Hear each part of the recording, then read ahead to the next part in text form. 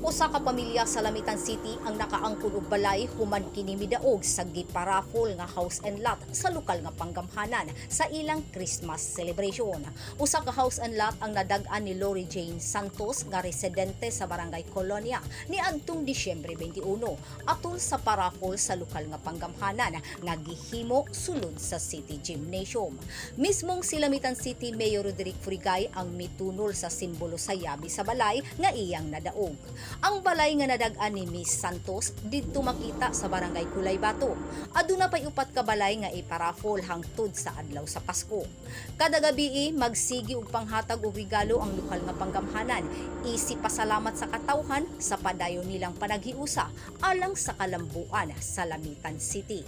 Grace Alpunaba, Newsline Philippines, Basilan Province. Stay safe.